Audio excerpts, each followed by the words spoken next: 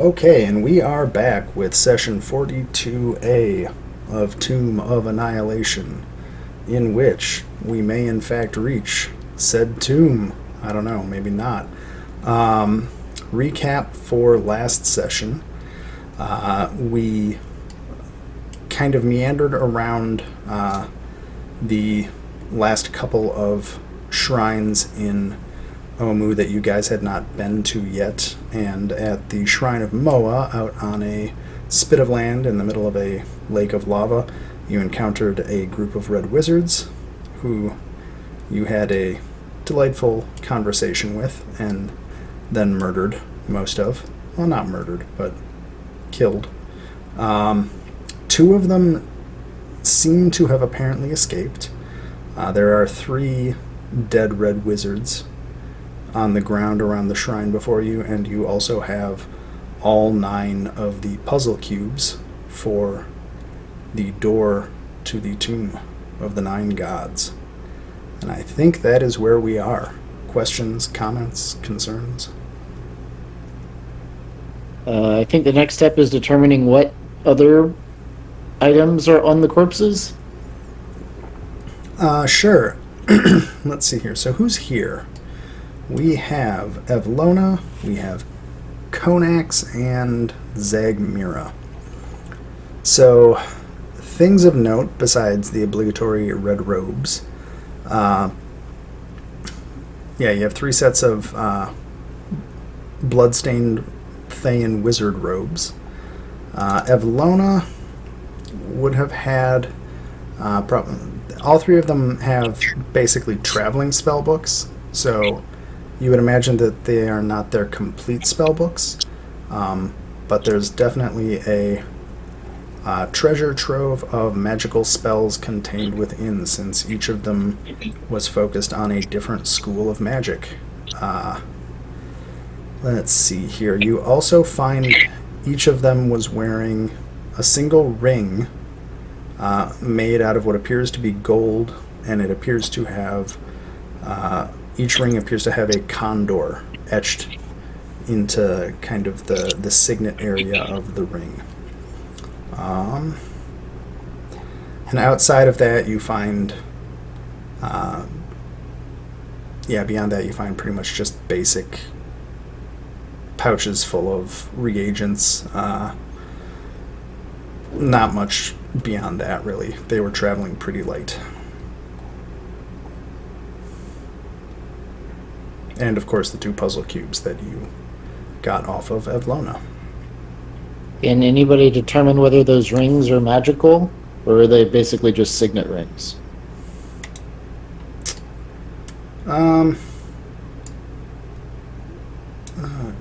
Do we have detect? Does she have that?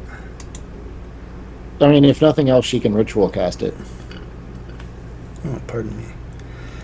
So she could ritual cast... are these both ritual? Yeah, they're both ritual. So, Teresa takes some time to ritual cast detect magic and identify magic on the rings. All 3 rings are magic. Teresa also, let's see here. I think you get to know everything with identify magic, don't you?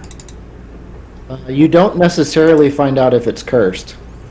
Yeah, I'm just reading it real quick. You learn its properties, how to use them, whether it requires attunement, and how many charges it has. They dropped out. They came back. Yay! Let's see here. I have a thing for this that has my partial notes about what the Ring of the Condor is. So this is... The rings each constitute part of an artifact, or they are like a group that once put together are an artifact. There is a very long ritual, basically, to attune to the ring, where any number of people who want to attune to these rings can attune to them over a 12-hour period. You have to make a cloak of feathers from a bird that was not killed, and wear that during the ritual attunement, and once completed, once per day, 2 or more ring members can activate their rings to gain a 60-foot flight speed for as many hours as rings and bearers choose to activate the rings. Does that make sense? Okay, so that explains their power of flight. Yep. So you have 3 of these now. So you can surmise that if you can construct the cloak, complete the... Groovy went away. Yeah, if you can make the cloak, complete the ritual, you have some flight options available to you. When you say, wait, so you have to make a cloak of feathers from a bird that was not killed? Correct. Yes. You must pluck a live bird. Cruelty to animals. Not kill it in the process. To make a cloak? Is it from one bird or multiple birds? One bird. Find a big bird. All right. This also gives... Condors are big birds. I mean, there's various ways you can try to accomplish this. It's not meant to necessarily be easy, because the reward is pretty significant. Do they have feathers on them at all? No, they do not have feather cloaks on them. I thought maybe they had it hidden or something. You never know. Anyways. This is more of a setup for something for you guys to try and do maybe later. I didn't design this to necessarily be achievable before you go further on in this particular... Yeah, and I'm not sure how relevant flight is going to be inside an underground tomb. I mean... It'd be really useful, especially if you have huge caverns and stuff that you maybe want to get out of or into or something like that. I mean, if you fail your save on a pit trap... Which is very possible. I thought for a while about how to give a group of wizards the ability to fly at will, and this seemed like a sufficiently complicated way to grant that power to a group of characters. So there you go. It's fair. I like it. It's like very red wizardy. Yeah. You gotta join the cult in order to be able to do it. Yep. Sounds about right. So I guess, amongst you have, 3 of these rings. You probably guessed that the other 2 wizards had them as well. Yep. Probably has something to do with how they got away. Perhaps.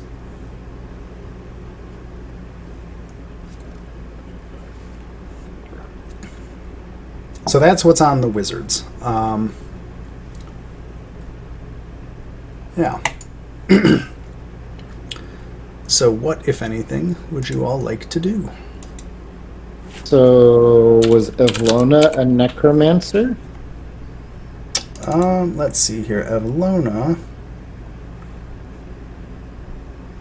was a necromancer, yes. She was a necromancer, and I'm imagining that Teresa is conveying this information based on the contents of the spell books. Konax was seems to have specialized in transmutation, with some dabbling in quite a few other schools. And Zagmira, as soon as I can find her. Zagmira's specialty was harder to pin down, but seems like a cross between probably evocation, but she also had a decent amount of abjuration spells. So maybe a war wizard.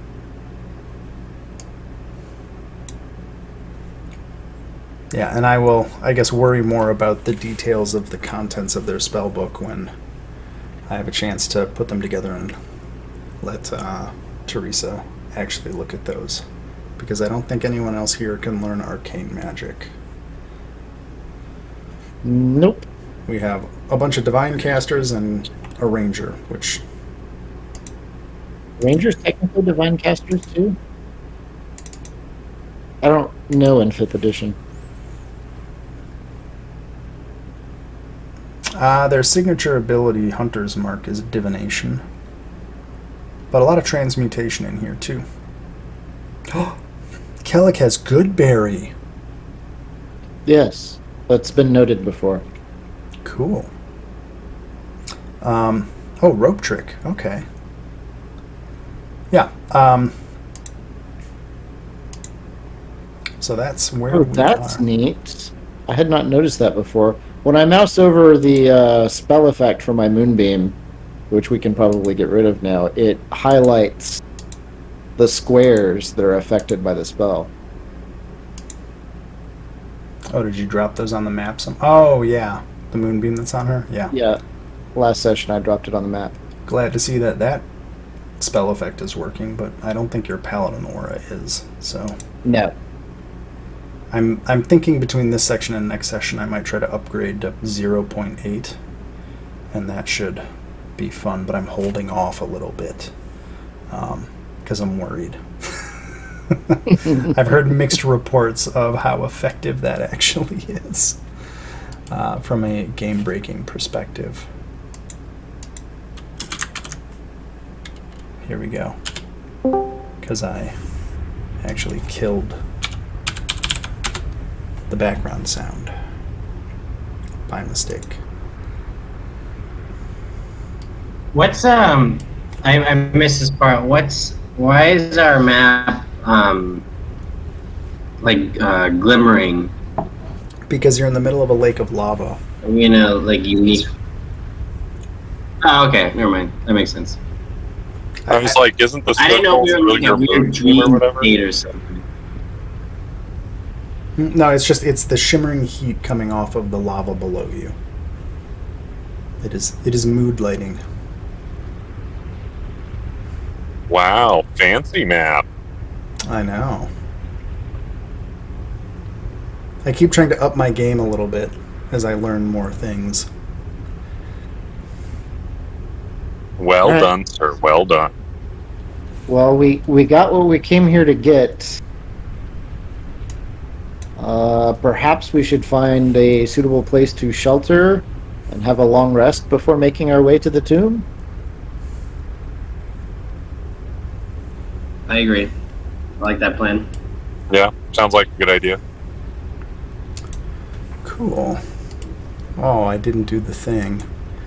Let me do some preloading, because that would be smart. So after we cross back over our rope bridge, we'll deconstruct it and recover our ropes. Cool. Hopefully the map loads up for you guys. 'Cause I guess Loading in progress. it's not loading for me, that's funny.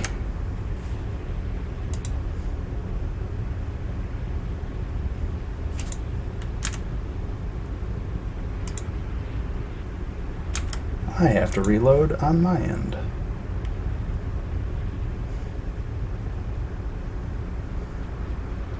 There we go. Okay. Pardon me. Oh, we're in the Lost City now.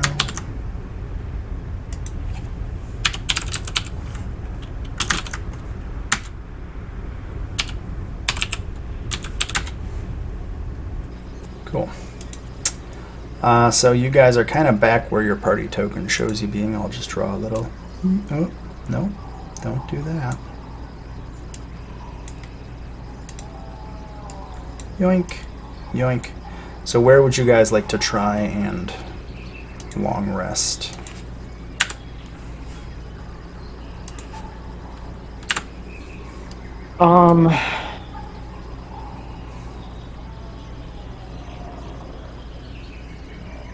What's the party token showing? I think we probably want to cross over this high road and find Like maybe this building. Just search the buildings until you find one that isn't obviously full of assassin vines or spiders. Yeah. No, I think we should go to this building. You can't even ping, Rio.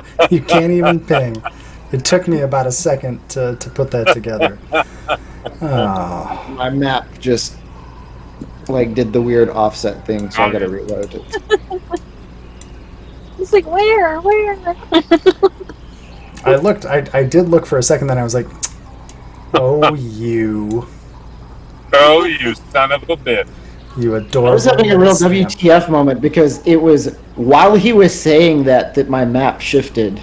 I was like, what? How in the hell? How is he doing this? I gave him DM powers so that from the road he can shift crap on the map. No, okay. Yeah, I'll say, yeah, you do find a place, one of these buildings on that side of the road, you find that you can sufficiently prepare yourselves and long rest.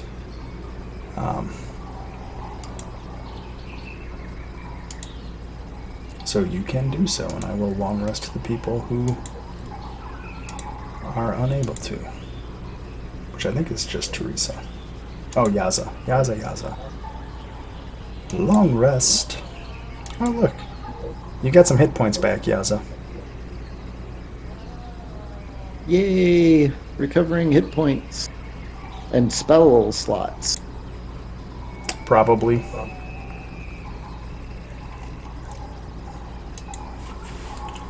I mean, I dropped 2 second-level spells on the Red Wizards, or at least on that fight. There you go. So, do you guys want to do anything besides rest during your long rest, or are you good?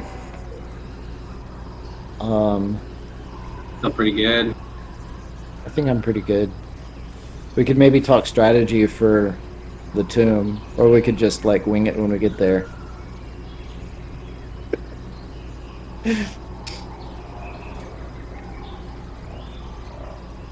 Alright. Does anybody give- Sorry, what? Yeah, I guess we'll figure it out when we get there. Like how to actually unlock and gain entrance to the tomb. Now that we have the puzzle cubes.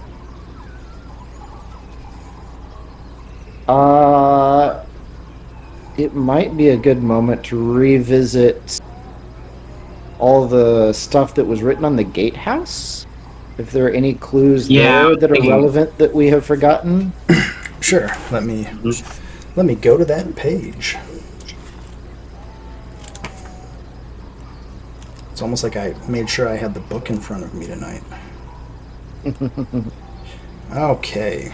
So the graffiti on the gatehouse, the various things it said were "Fear the fangs of Raz and Sea."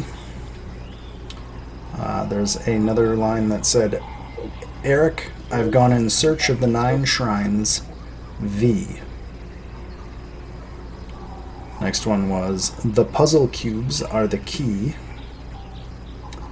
After that, "Beware the frog monster." Next up is, "Who is Unk?" Which I really hope is a reference to Who is John Galt. And actually, there's a meme I have to post that I may have caused to happen. That was fantastic. "All hail the King of Feathers." "The snakes are not what they seem." And "Kubazan is bravery, Shigambi is wisdom, Moa is question mark?" So that was the graffiti in the guardhouse that you saw, and then I think if and when we get to the entrance to the tomb, I can read. I think you saw some of the stuff there, but I can reread it when we get there. Yeah, there was some kind of warning at the tomb entrance. But wasn't there something about like the a back door or like the shadow entrance or something? Yeah, there are two entrances. One of them had slots for 8 cubes. One had slots for 9 cubes. Yeah.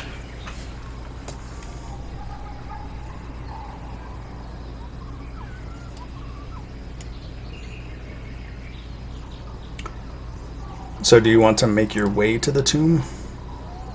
Yes, that I sounds think so. like the next logical step. Okay. So, let's see. Do you have a particular pathway you want to take, or anything you want to visit along the way?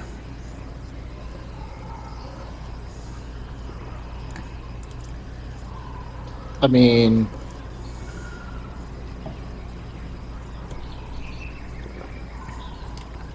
we could go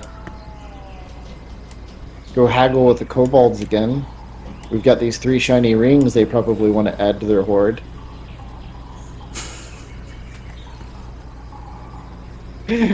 I'm not sure what we would gain from that exactly.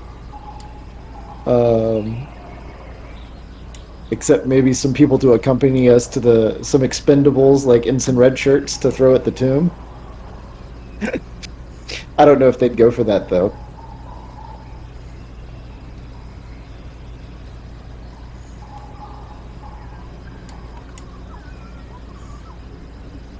Where were the kobolds again?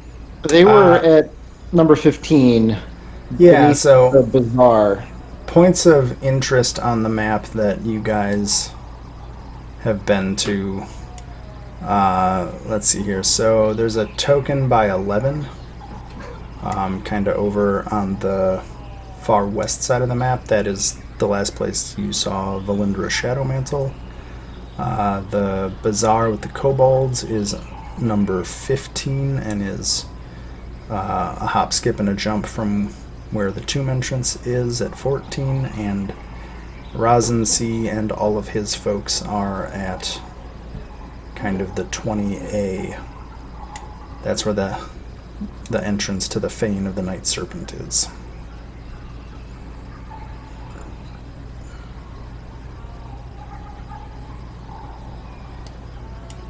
And then I guess you guys have not been to 8, which is Unk's tomb, or Unk's shrine. But you do have Unk's cube. Yeah. I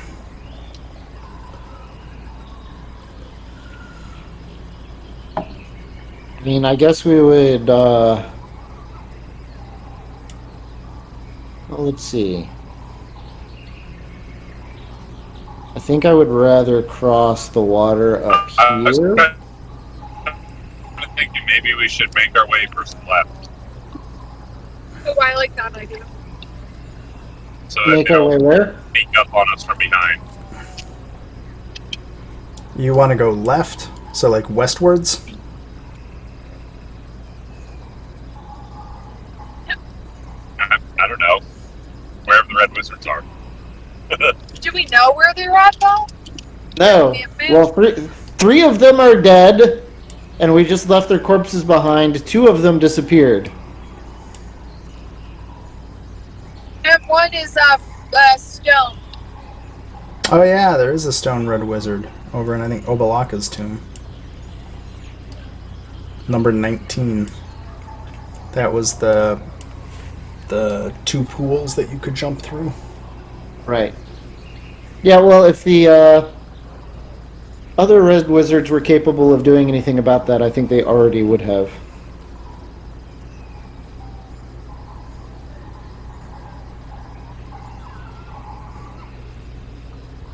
And if they all had different specializations, we already killed the transmuter anyway.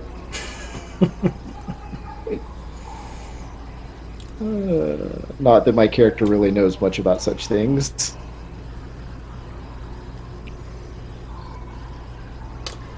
So does anybody want to stop anywhere or go straight to the tomb?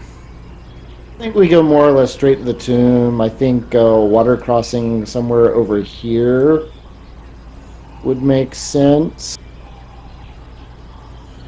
since it's a narrower part of the water, but not so close to the waterfall that a swift current might sweep us down into the lake of lava.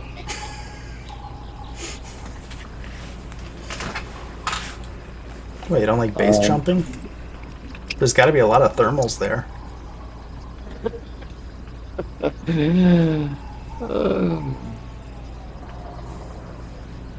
Yeah, I don't know that hang gliding has been invented yet. Hey, there's got to be a Leonardo da Vinci equivalent. Every fantasy setting has one. Okay, so we got a vote going north. Any other votes, or should I just move y'all? I like north. Cool. Were you guys, besides left to not have them follow us, do you guys want to go left?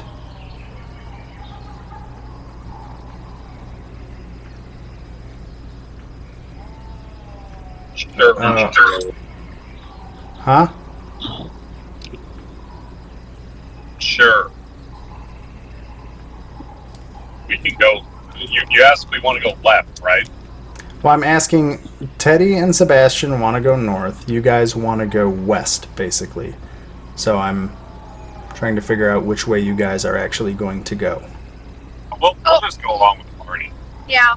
I was going to say, I didn't know that the Red Wizards were the opposite direction of where we're going. Well, so the Red Wizards that you know the location of are all dead or petrified. You have no idea where the other two are. Okay, then. Other than that, they are probably still somewhere in the city and have motivation to make nuisances of themselves again. Hey, Grim. Yeah. Did you ever look up if Hunter's Mark can be used to track?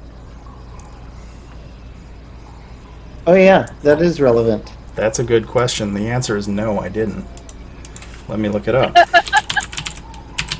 I got distracted by other stuff. Because, that might change, if he can, figure out where they're at, or at least has advantage on tracking them,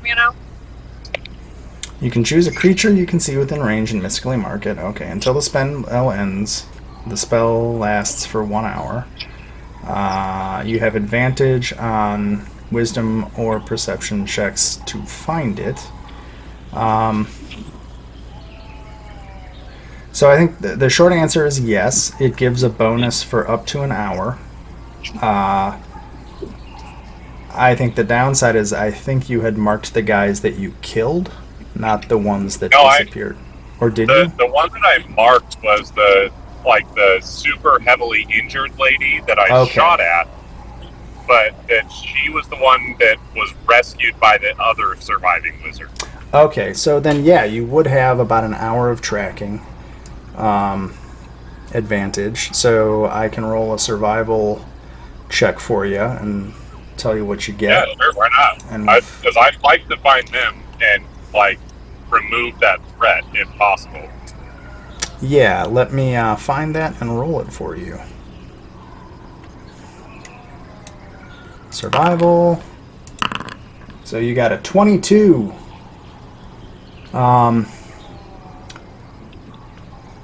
So ignoring whatever the DC of this would be, because I honestly have no idea what the DC of tracking a seemingly invisible creature over a chasm would be. I'll say you are able to track them kind of. I'm going to draw a different color on here, so hopefully if you guys can see it, this will help.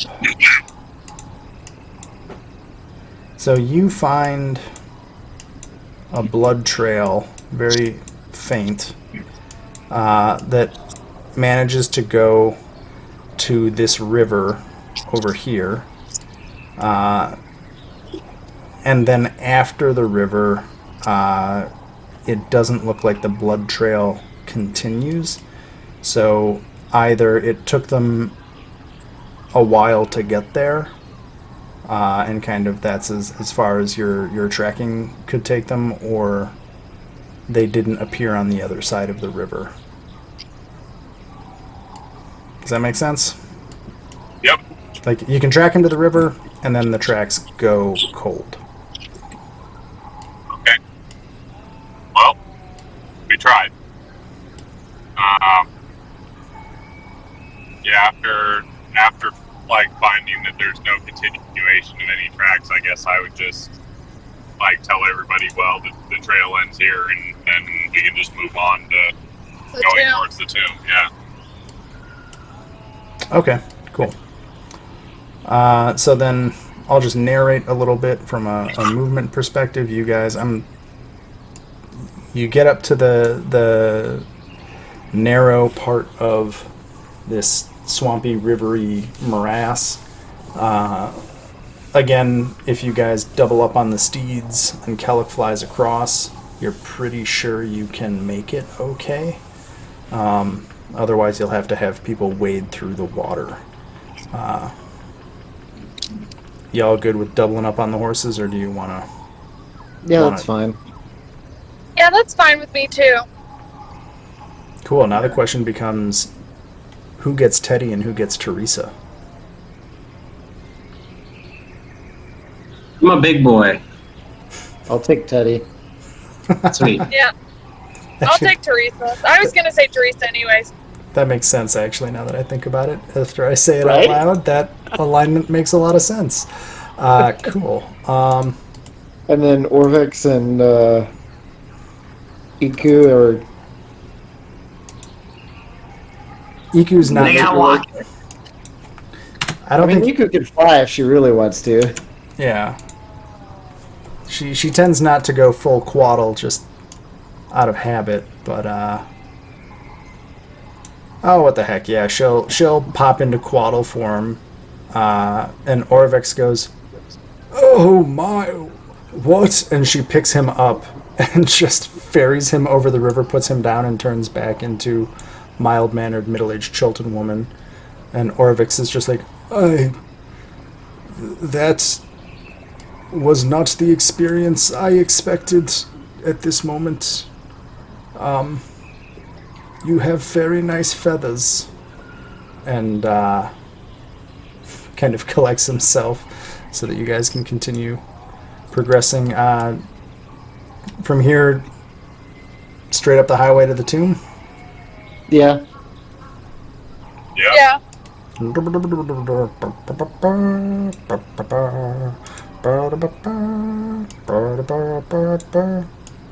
No, I don't get to draw?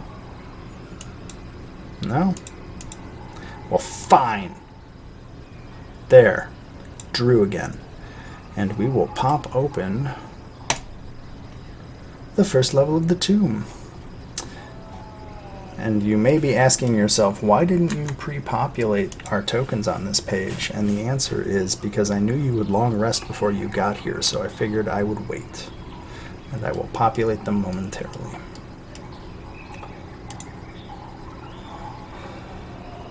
I was also thinking, like, once we get to the tomb entrance, I would want to suggest we go down the hallway that was on the right that had the secret door, because Kellic loves secret doors.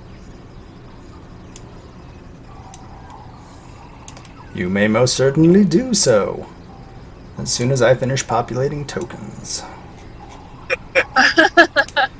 Why is the Somehow map... this is not where I expected us to be inserted on this map. You should be at the bottom of the map. Oh, my map is not aligned correctly then.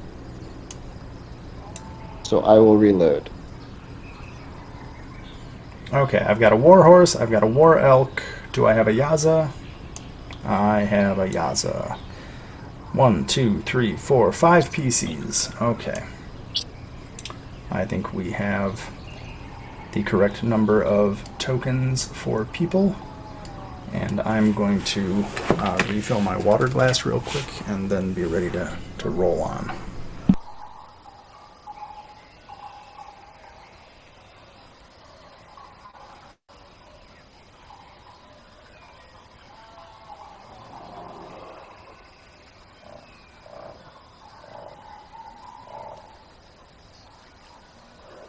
For some reason, Yaza's horse does not appear to have a health bar. Apparently, what? I don't see a health bar for your horse. I mean, I don't know how relevant it is, since I'm pretty sure the horse and the Well, on elk the are bright not going side, to we follow can't us see into a the health bar for tomb. it either. Well, no, well, I'm looking at Grim Screen. I can't see a health bar for the. Is that the squirrel? Tressum? Yeah, maybe not. But I can't see a health bar for the other animal. Maybe it's his elk. No, that's what I was thinking. Maybe it's the elk. I can't tell. Or Teddy's acorn. Well, I could tell if it was an acorn. It must be the elk.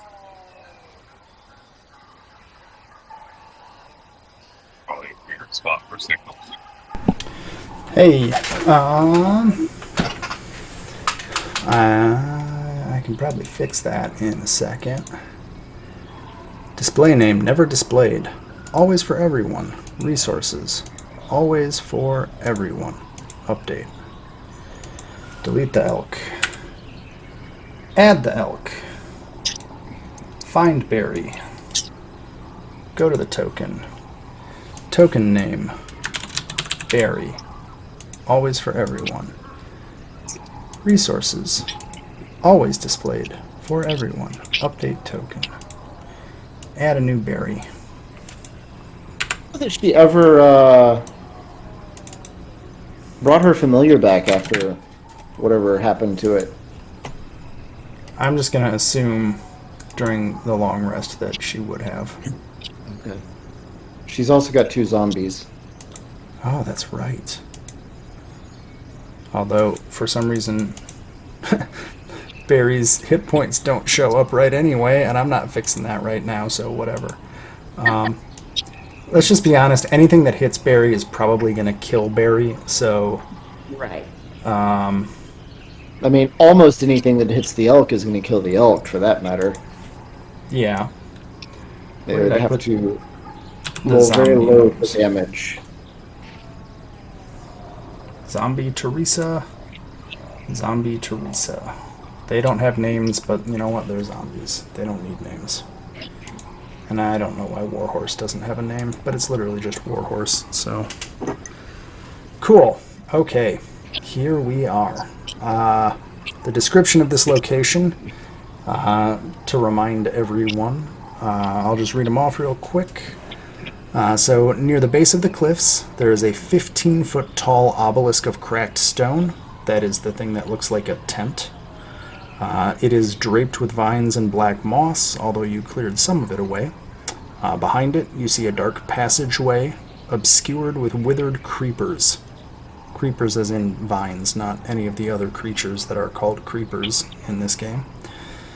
There is a second, smaller tunnel to the east side of the cliff, that is with the statues and the secret door that you found earlier. There are 3 stone gargoyles on the cliffs above you, each having the face of a bearded devil, their mouths agape in silent screams. Then there is also to the west the hidden passage that somebody's passive perception found.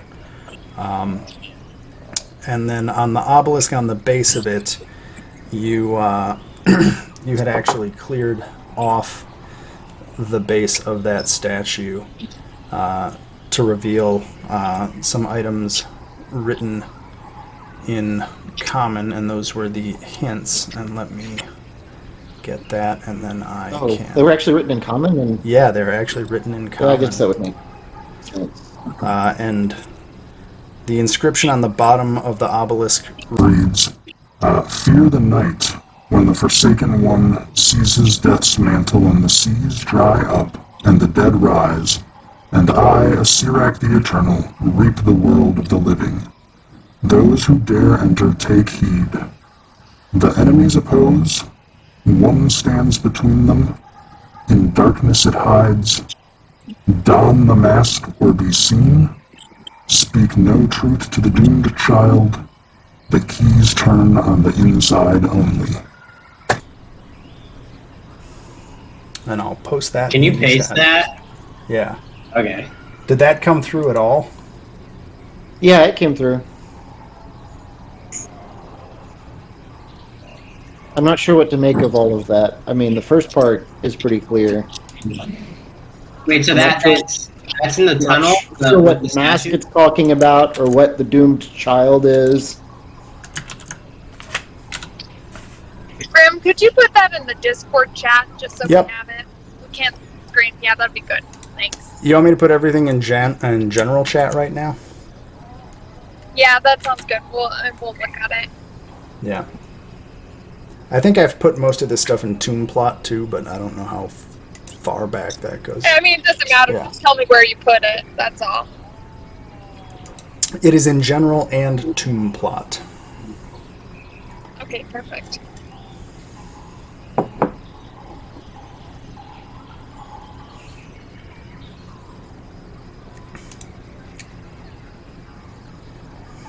Well, the enemies opposed and one stands between them, I think, is a pretty, like, it's the opposing statues and the one at the end. Right.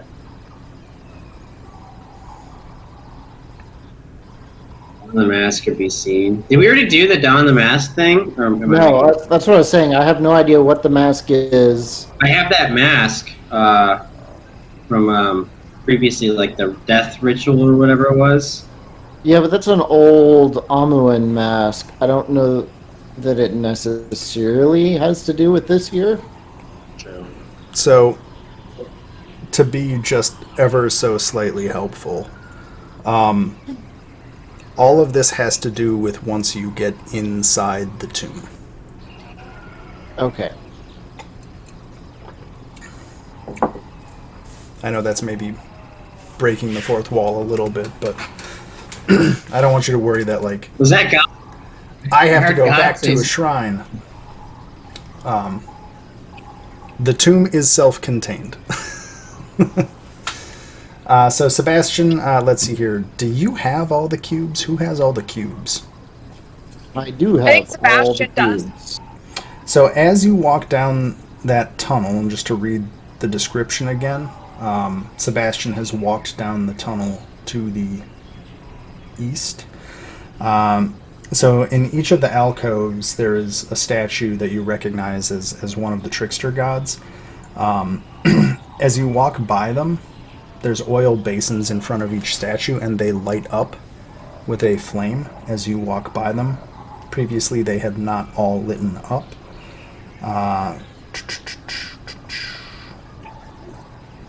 Sorry, I'm just checking one other thing.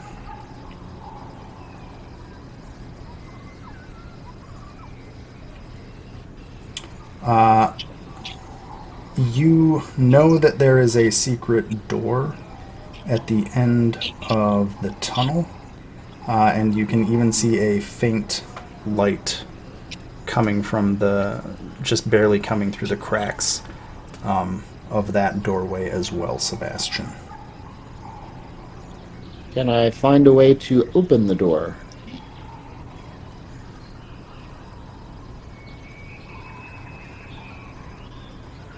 I think so.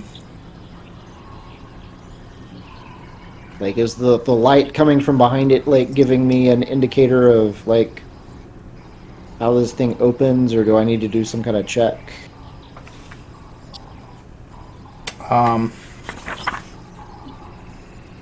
Sorry, there's not actually, it just says that there's a secret door, but I'm not actually seeing the... It's a secret door, but there is no handle or a doorknob or lever. You just or push it button. open. Sure, yeah, I push. Yeah, I'm gonna say there's actually... I'm probably missing something, but there's no mechanism to open this secret door, so I think finding it, if you feel around and you feel that you can actually kind of slide it into the stone. Okay. It was just basically disguised into the wall, and you slide it aside, and there is a statue of a flail snail there, and there is a pendant, a gold pendant shaped like an eye, hanging around its snail head, hanging off the statue.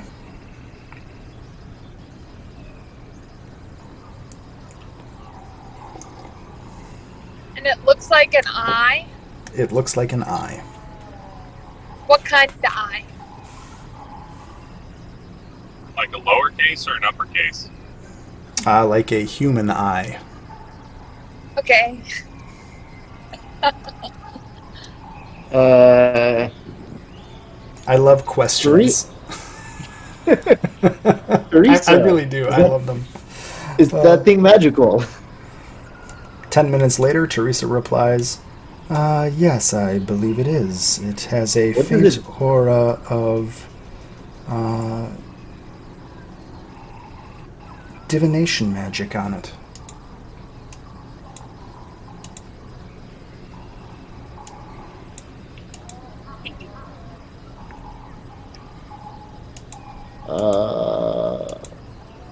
Can you be It's more what? specific?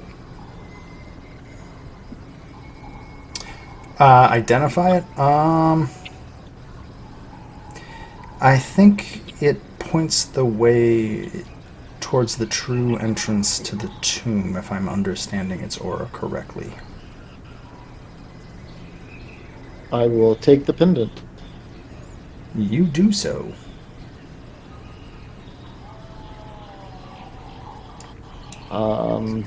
I put it on. You do so.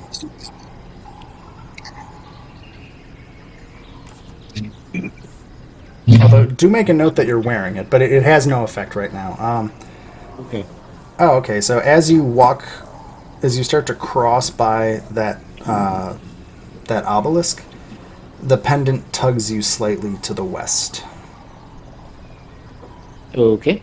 or it kind of does the thing where it like moves slightly, and Right. it seems to be tugging you in the direction of that tunnel. That's kind of what I expected.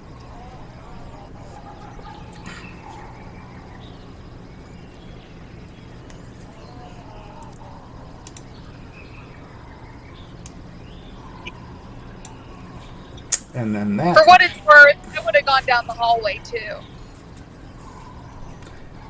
So like you were just present for all of that. Yeah, I would have gone down there and walked down the hallway and tried to open the door and all that stuff too. And I'm assuming Kello could have been like, huh? Secret door? Huh? Oh yeah, the whole time. Just endlessly blinking furiously at the door. Yeah. Bird blink at someone, and then bird blink at the door, and then bird blink at someone, and then bird blink at the door. Wait, so do you bird blink at the door and then bird blink at someone? Yeah. Oh, okay. I wanted to make sure I had the order right. Well, and then I repeat that in situation, so it could have been in any order. It's very confusing. Cool. Sorry, I'm writing a note on the map for myself to make something easier in case something, if something, then something. So Sebastian walks over towards that other cave. Does anybody else follow him, or do y'all hold? Wait, he goes towards what? So Sebastian... the hidden tunnel that had the alternate entrance to the tomb. Yeah, I'll go with. I don't know if I'll, I'll follow into that area, but I'll stand a little bit further back, Cool. like 15 feet back or something. I'm Yeah. afraid no ghost. I figured Yazo was going to be right there. Yeah, that's true. I'm You just, should be going. I'm moving tokens around, and Teresa's like, I'll stay back here. So I'm trying to channel my Teresa as best I can. Right. I do want to find Orvexi. So, I wonder if it matters which cube goes in which slot? Or does it only matter that we have all the cubes and we fill all the slots? Yeah, is there like colors that match or? So things you would know. So the door itself is just 9 identical looking stone apertures for these cubes to fit into. I think you would. Put a cube into the aperture. Would we be able to then remove it afterwards? You can try Or it. does it appear that they're so tight that they would not come back out? I'll say it looks like there's space to like put them in and take them out. Okay.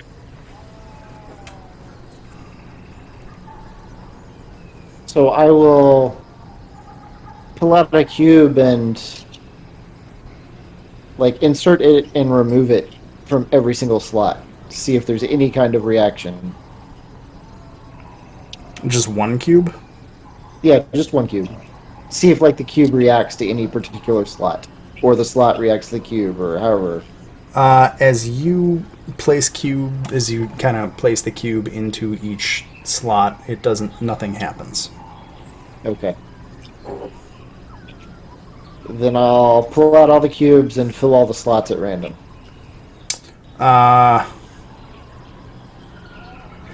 Cool. As you put the second cube in, and I'm just assuming random here. Let's see here. Anyone within 20 feet? Cool. Kellic was 15 feet back. Yaza's right there. Cool. As you put the second cube in, both cubes you placed in at random pop back out, and Sebastian, Yaza, and Kellic, you all get zapped by an electric bolt, or a set of electric bolts that come out from the door itself. And it does... Have resistance to trap damage, by the way. Cool. Yeah, this sounds like a trap, huh? Is it a spell? Is it a spell? Yes. I mean, it's lightning. It's lightning damage, but I don't know if that's really a spell. Did you say you wanted me to do average damage? Or do you want me to roll? That is my preference, yes. I don't know if anybody else expressed a preference. That's a good thing to ask right now. How do you guys feel about rolling? I would rather do average. Yeah, I think that's probably better. Okay, so then you each get zapped with 18 lightning damage. Kellic, you take 9 because you're resistant to trap damage, right? Yep. Yaza would take 18, and Sebastian, I think, do you have some magic spell resistance? I am resistant to damage from spells. So I guess that if it's a magical trap, then I guess it's a question of whether it's. Let me read the feature again.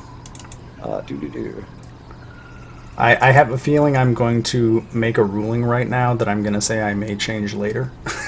Okay, Aura of Warding. You and friendly creatures within 10 feet of you have resistance to damage from spells.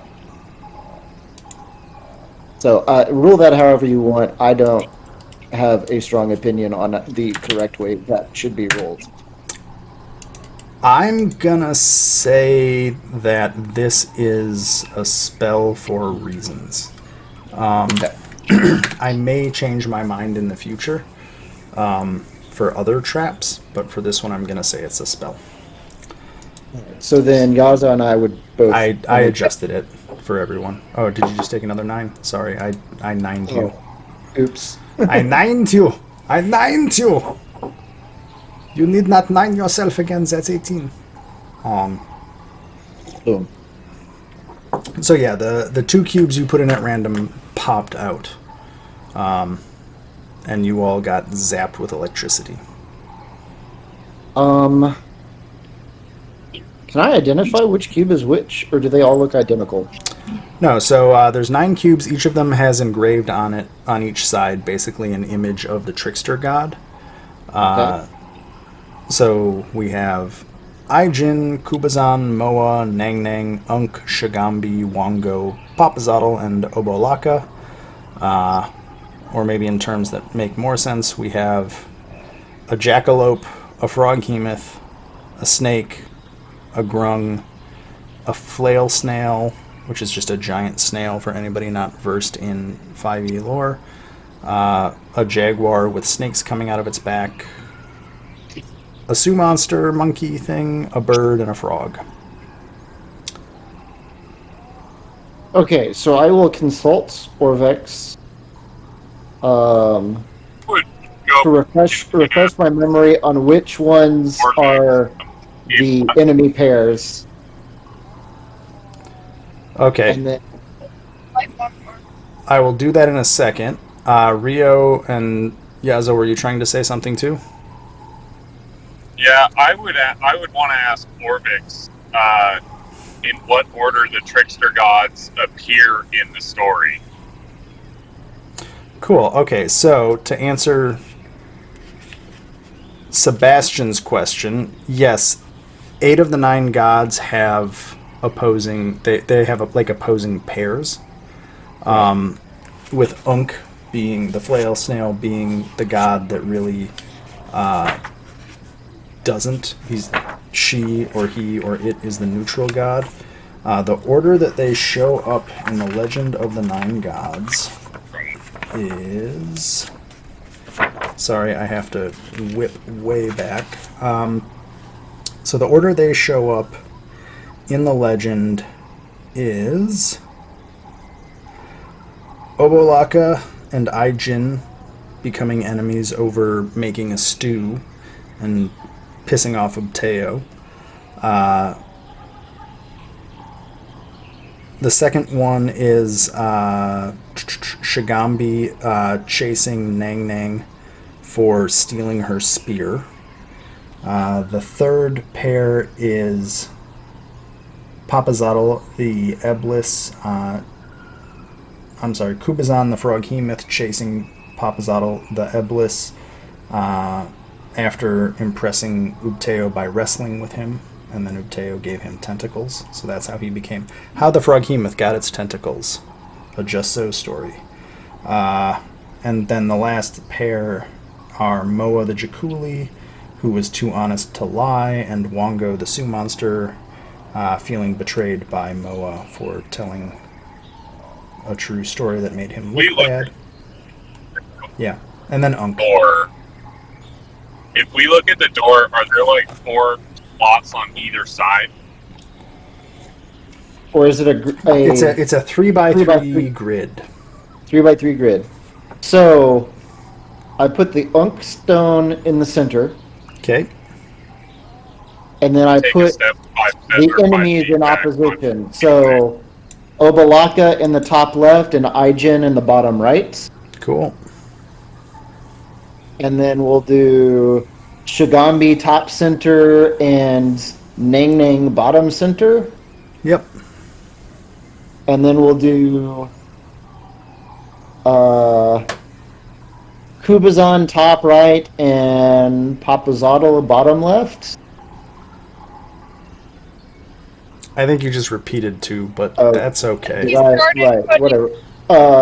Once you put the first cube down, I'm gonna move back too. Okay, everybody else is just like, I'm out of here. Okay, I mean, that's fair. yeah. And then Wongo and Moa, like left and right. There you go. Cool. As you do this, the 9 cubes flare with light and then disappear, growling like an angry beast. The slab begins to slide up into the ceiling, revealing a room beyond. In this room, there is another slab blocking the hallway 20 feet beyond the first door. There is an iron lever set into the door's surface, with a graven stone skull leering down from above.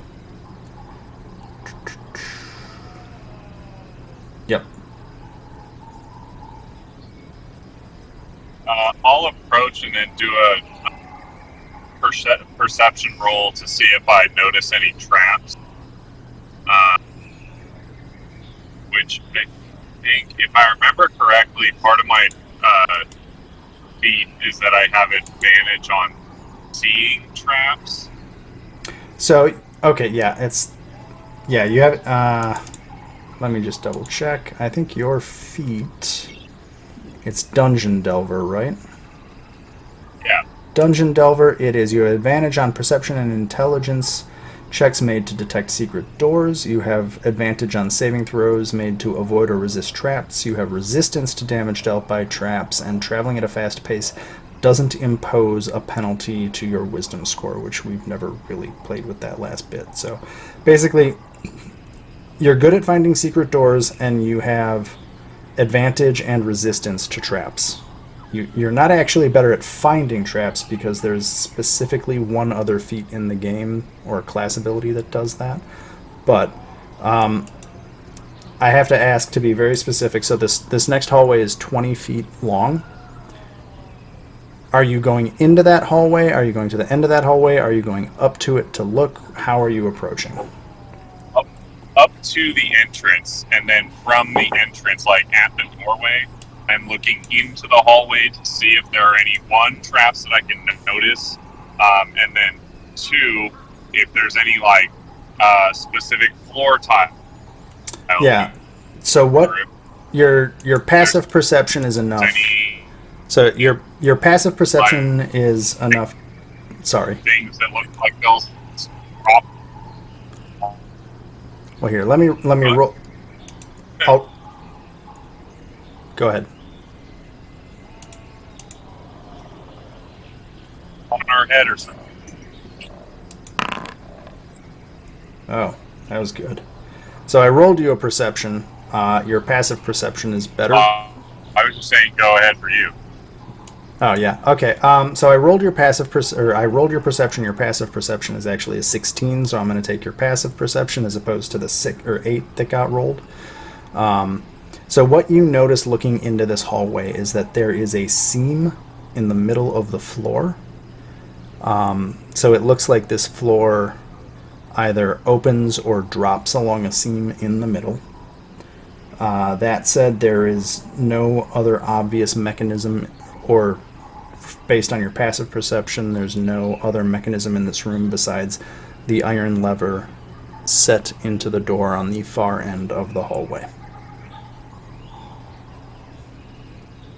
You said there was a skull in the far wall? Yeah, on the far end of this room, to the north, there is an iron lever set into a door, and above that there is a graven stone skull leering down from above. So basically, the far end of this room is a door with an iron lever in the middle of it, and above it is a skull leering down at you, made out of stone. Does it look like it might be a mask in the shape of a skull? Let me get an image of it. I really hope I have a handout for this, but we'll find out. Oh, you know what it looks like? Can you see the giant skull on this book? In my little camera? Or is it too small? It's kind of small. Hold on. I can fix this. Boom. Ah. See that skull with the 2 eyes and the horns and the mouth? Yep. That's it. If I ever say that there's a carven skull in this tomb, and It looks like that. unless I specify otherwise, it looks like that.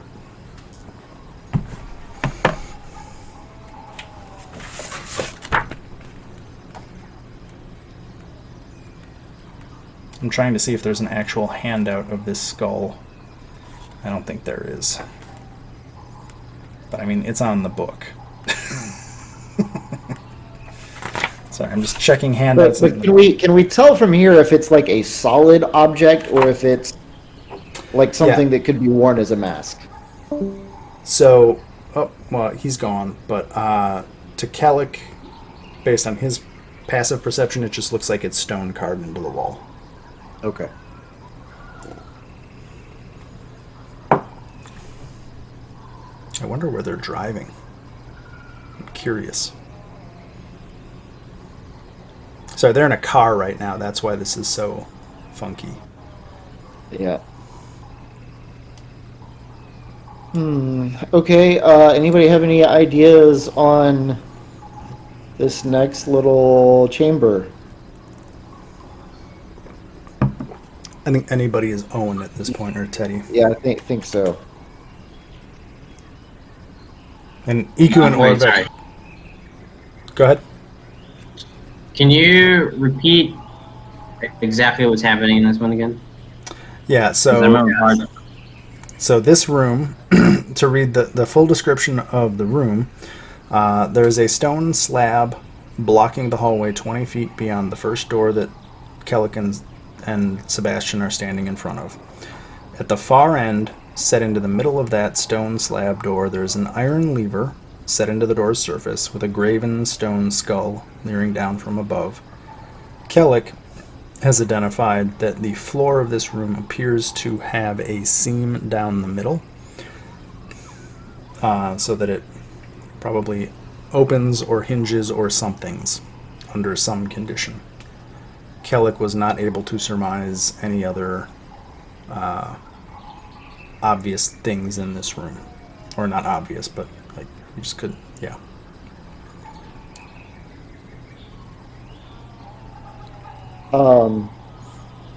But there's a mask hanging somewhere now. That mask. At the far side of the room, above the lever in the doorway, there is a skull mask it's a stone skull. I don't know how mask got into this. It's just a stone skull. I was asking if the stone skull was a mask, and apparently it is not. Okay. Do Iku and or Orvex intend to enter the tomb with us?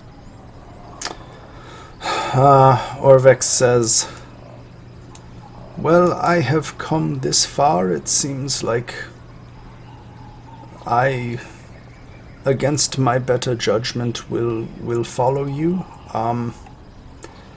I may follow at a safe distance behind you, however."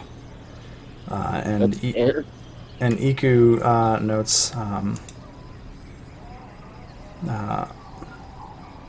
"I'm going to see this through one way or the other.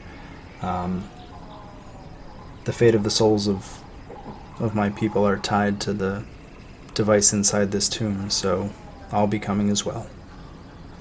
And she's not necessarily happy about this, but is definitely committed to this. Right. I figure she also probably doesn't want Kellic to get very far away from her with the totem. You could maybe surmise that. You could also surmise that once the soulmonger is gone, the existence of the totem matters a whole lot less.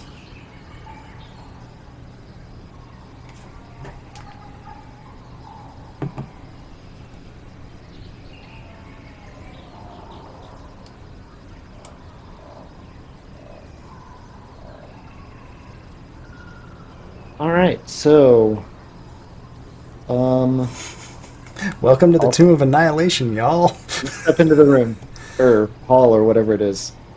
So you go 5 feet. Yeah. And so the boxes are gone? The cubes, yeah, they've disappeared. Disappeared. Well, they were in the doorway. So the initial doorway that Sebastian has just walked through, that was also a stone slab. As he put the last cube in, they all flared with light, disappeared, and the stone slab slid up into the ceiling.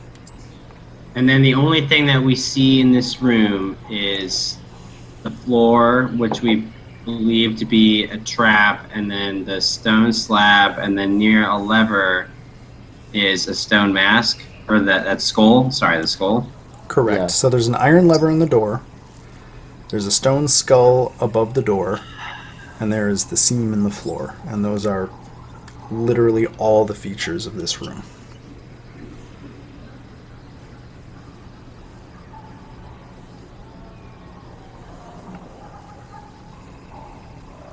Okay.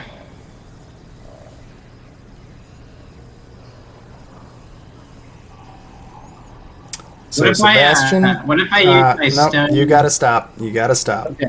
As Sebastian, as you cross the middle point of the room, the skull's jaw creaks open up above, and a skeletal hand holding an hourglass-style timer emerges from within.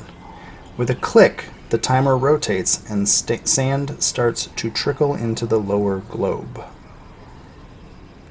10, 9. I pull that lever, man. Eight. Go up and pull the lever. You pull the lever, and as you do so, the floor splits open, revealing a 20-foot deep pit lined with spikes. Make a dexterity saving throw. Make a what? Dexterity saving throw. Dex.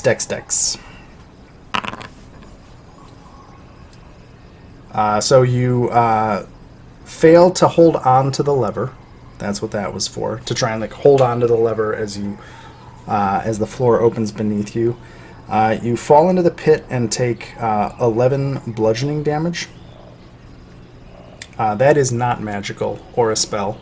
That's just bludgeoning damage. Yeah. And then there are 1d4 spikes, so let me roll that. I like how there's a variable number of spikes. Well, I mean, I'm assuming it's a variable number of spikes that you actually impact upon. Fair. So there are 3 spikes, each of which... so that's going to be a total of 9 piercing damage and 15 poison damage. Are you immune to poison? You're immune to disease, right? Yeah, I'm immune to disease, but I don't have anything against poison. And you are poisoned for 24 hours, unless the condition is removed. And you are in the bottom of a 20-foot pit. All right. Hold on, just let me...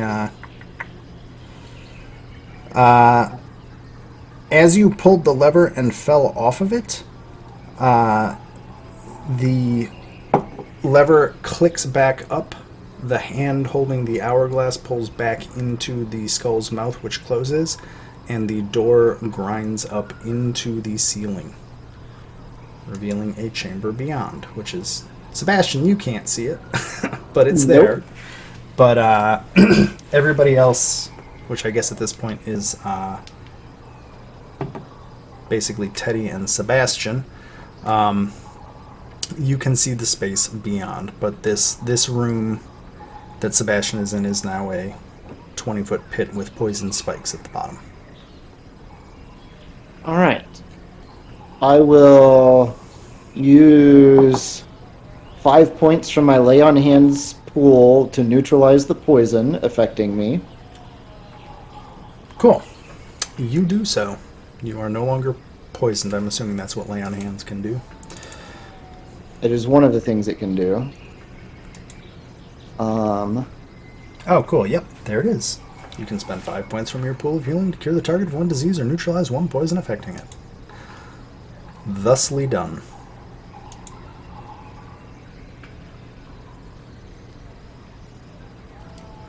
Wow, and I am below half health.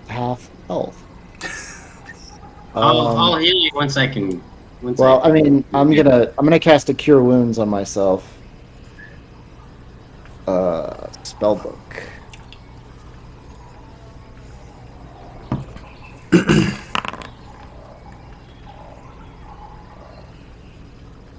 That's not bad. It's not bad. It's not. It's not great, but it's not bad.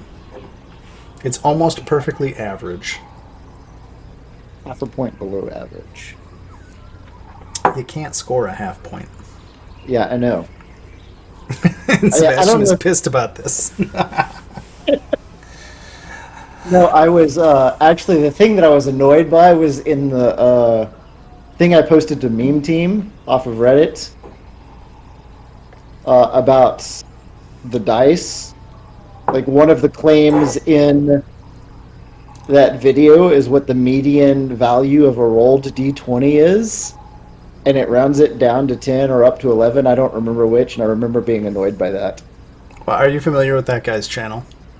No, I'm not. Oh, okay. His whole channel, like, the guy knows his stuff. Oh yeah, I'm sure that he does. So that video is... The video was hilarious. Yeah. Like, you don't get that kind of comedy unless you really know what you're talking about. Yeah. I actually watched that video a day ago.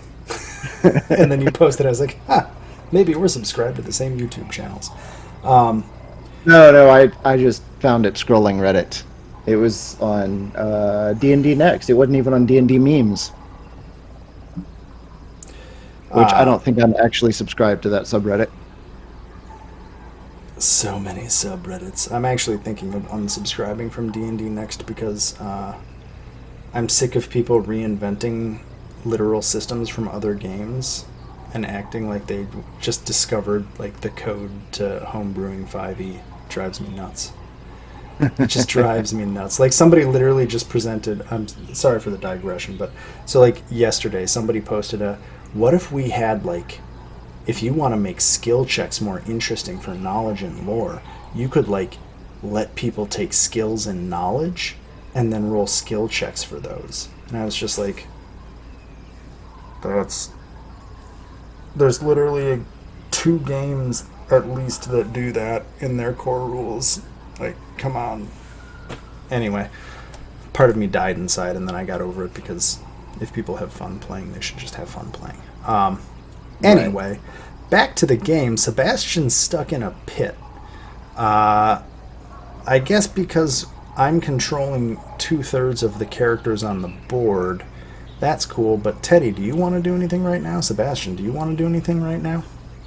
Sure, I want to pull my climber's kit out of my backpack. Can you give me a flat? Can you give me just a flat D20 roll? Sure. How deep is this pit, by the 20 way? feet. Wow, you hit the DC. Good job. I was going to do a flat 5 DC just to not, like, screw up.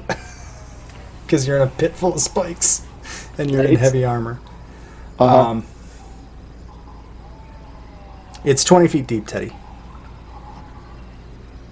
And it's 20 feet across? 20 foot deep, 20 feet across.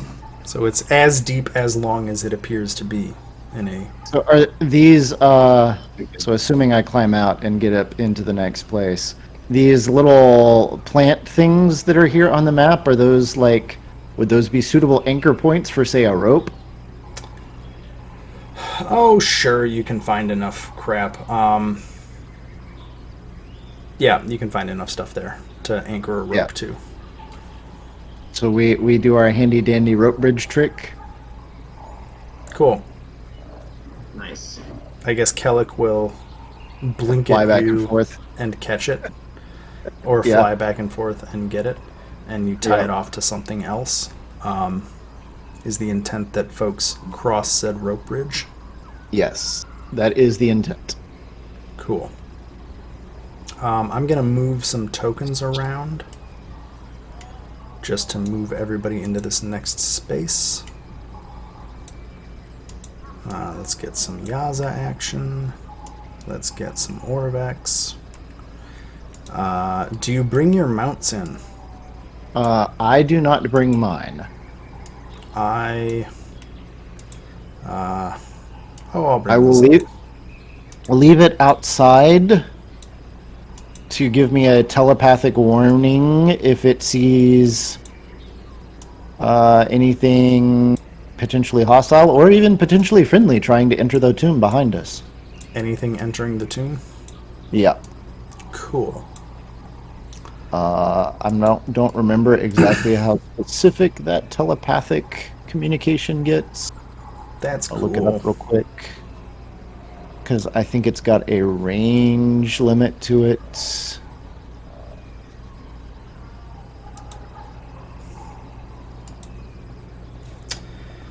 Your steed has an blah blah blah blah. It gains the ability to understand one language of your choice that you speak.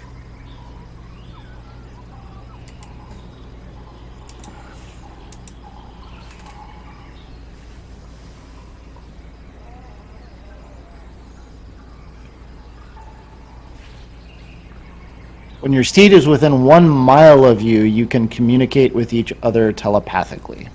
So we have a common language and the ability to communicate telepathically as long as I'm not more than a mile deep into the tomb.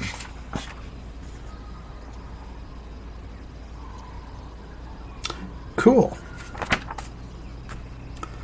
Okay, so where are we at?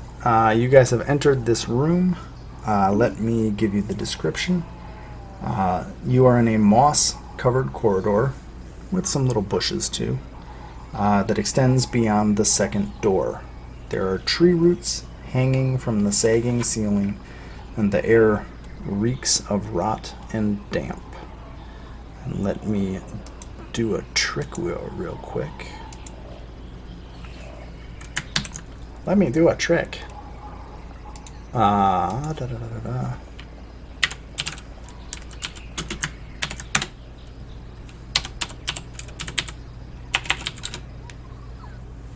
Cool. We are in the tomb. Ahead, a bas-relief carving of a bearded devil's face adorns the wall at a T-shaped intersection. The devil's open mouth is a well of utter darkness. Are there any light sources in here? So in this part of the tomb, there's those little cracks in the ceiling. In some places, sunlight filters down. I have added some random light sources. Cool. To show this. But as you all come in to this chamber, you hear a weird warping sound, and then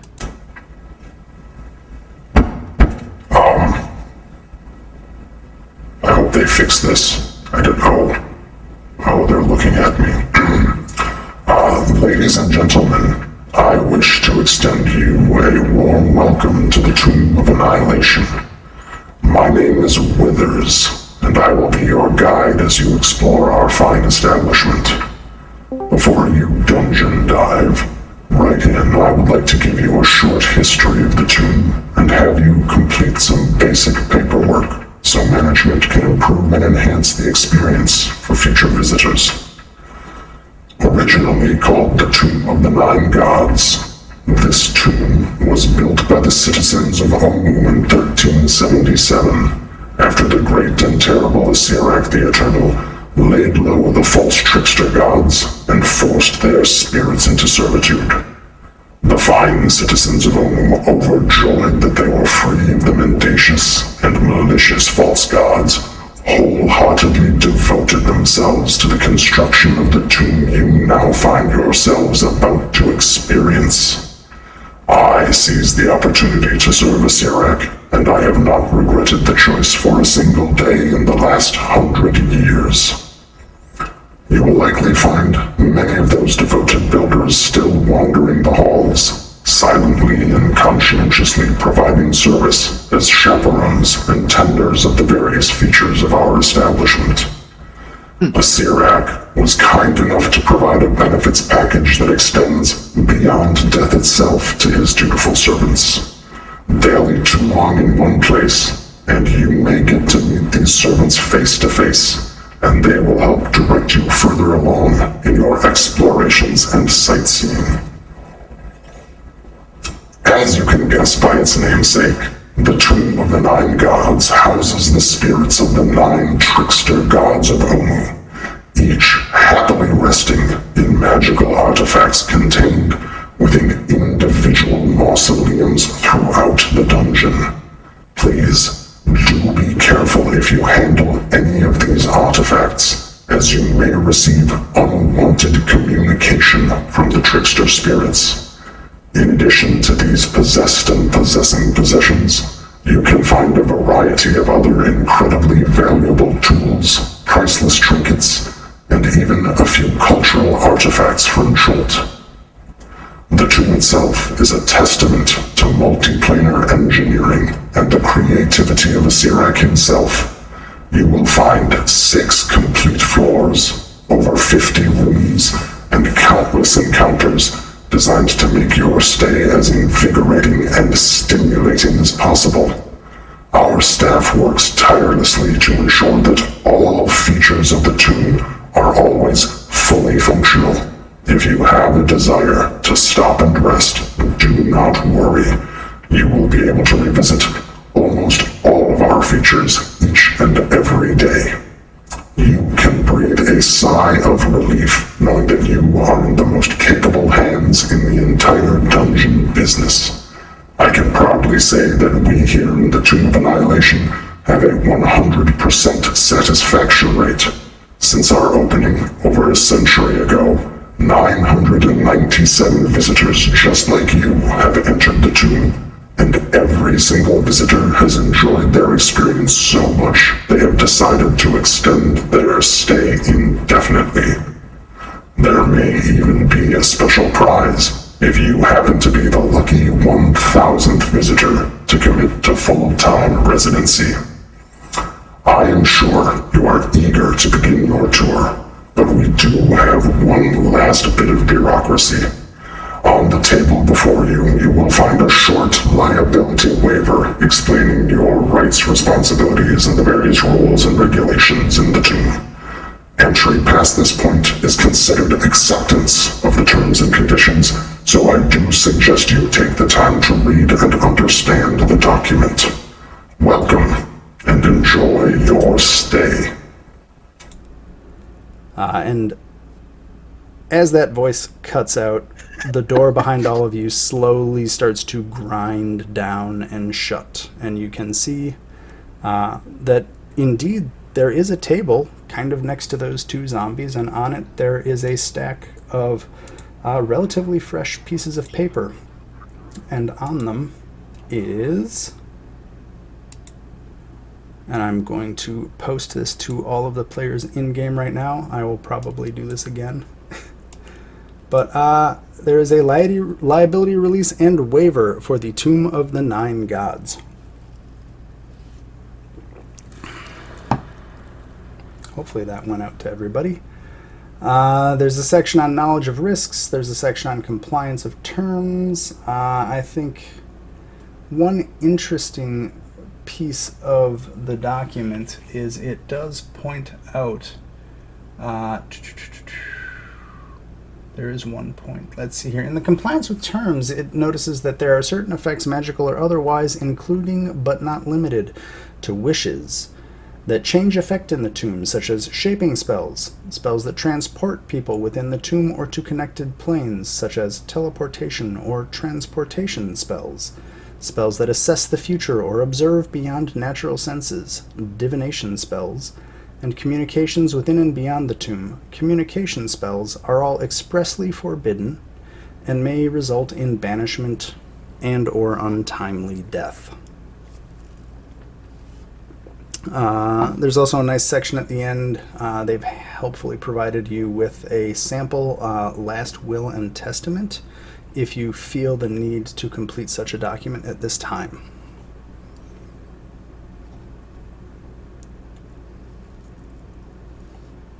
Hi, Lyokin. Hi. So it's just I did a very Australian thing and nearly got in a fight over someone tailgating me. There you go. Banishment to another plane of existence. Wow. So wouldn't you just not sign it? I think would be the sensible I thing. don't think it matters whether we physically sign the document, since they're assuming we accept the document in full once we progress beyond this point. The Sure, door, but like, the door behind Sorry, you go. also closed. Yeah. yep. But signing things usually that could have consequences, if I'm not mistaken, in these kind of worlds. Hello, Withers again.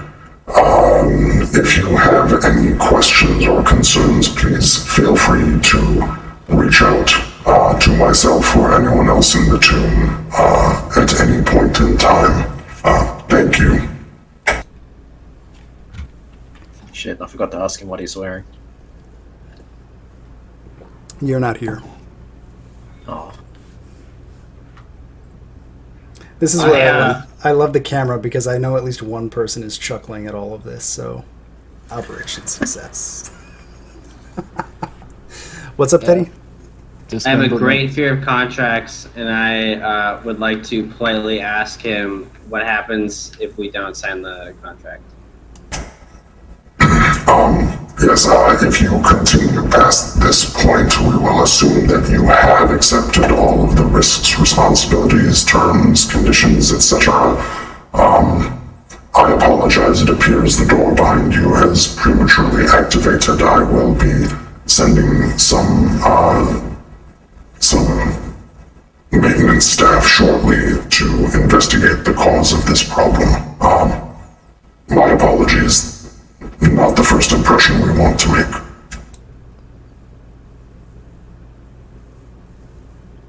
Can I file a letter of complaint? Certainly, if you proceed to the customer service office on level 3, I will be more than happy to supply you with the proper forms to lodge a complaint, and I will communicate it to Asirak as soon as he returns to this plane of existence. Perfect. Perfect.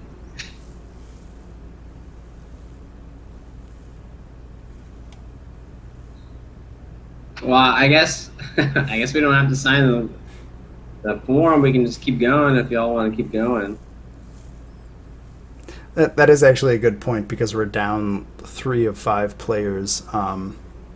Do you want to push on, or do you want to basically pause and pick back up when we have more of the actual people here? Might be good to pause. Or I'm open to whatever.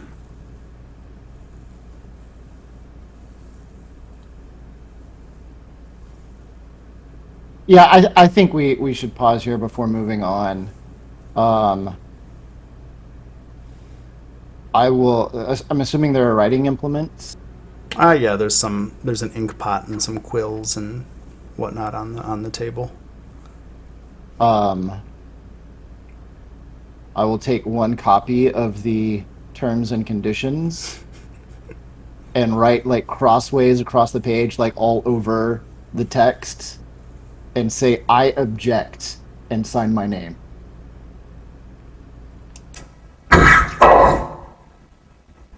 Your objections duly noted, and again, I will communicate your objections to Asirak as soon as is inhumanly possible. I'd like to communicate my objections in person, if possible. Again, if you can proceed to the customer service area in level 3 of the tomb, I will be more than happy to discuss. I'm sorry, I have other duties and responsibilities that I must continue attending to, and cannot possibly come to the first level of the tomb at this time.